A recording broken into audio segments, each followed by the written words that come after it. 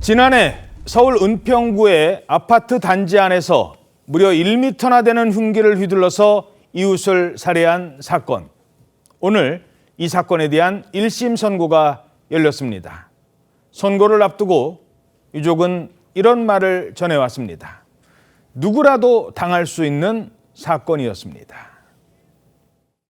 우리 남편이 희생이 당한 거고, 우리 남편이 아니었으면 다른 이웃이 희생을 당했을 거고, 이제 여기 아파트에 사는 어느 주민도 다 안전할 수 없는 거잖아요.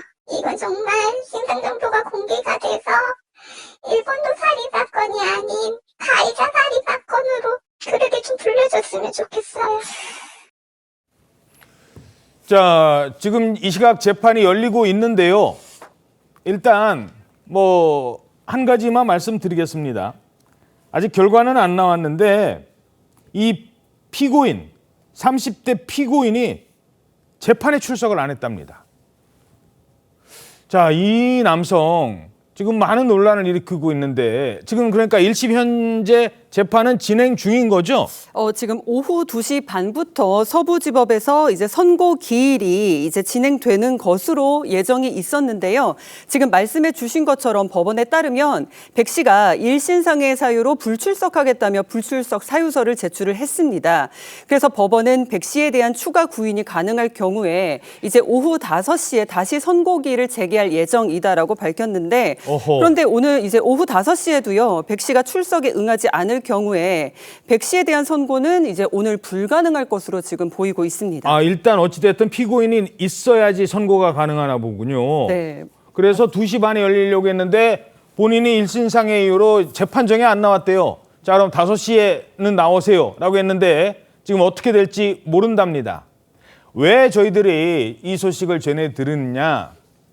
이 피고인 태도가 그동안 단 한 번도 이 피해자한테, 그 아이들 아빠한테 미안한 마음조차 없다라고 주장을 하고 있거든요.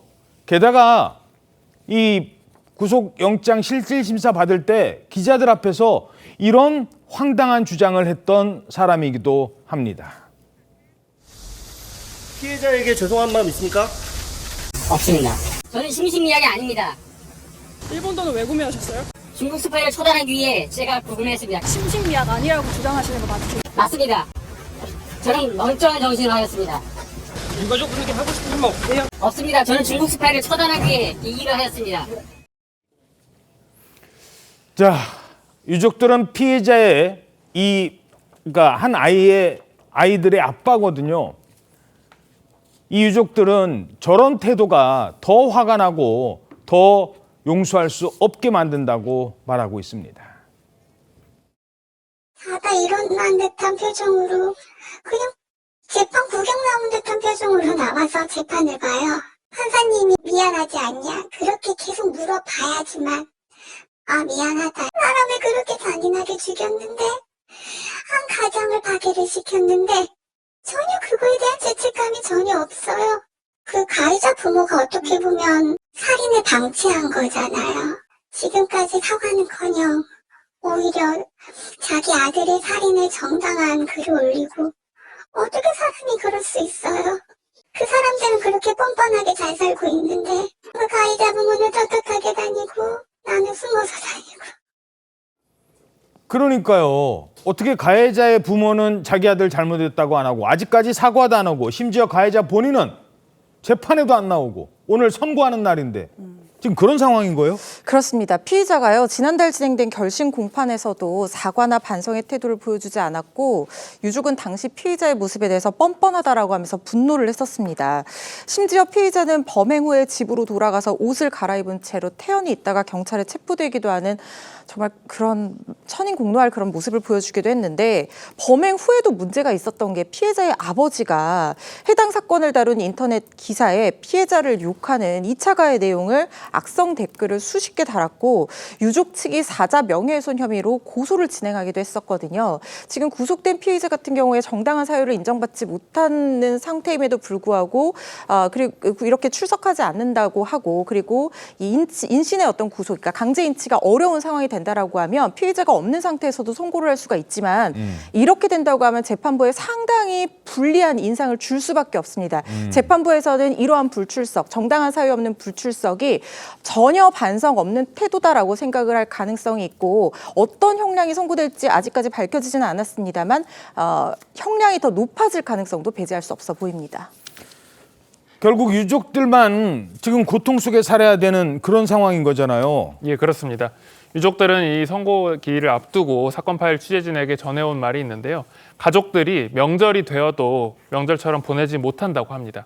특히 작년 추석 같은 경우에는 사건이 발생한 직후라서 명절처럼 특히나 보내지 못했고 어린 두 아들이 평소 아버지와 돈독한 관계를 유지해 왔는데 한순간 아버지를 잃은 상실감에 굉장히 큰 충격에 빠졌다고 합니다.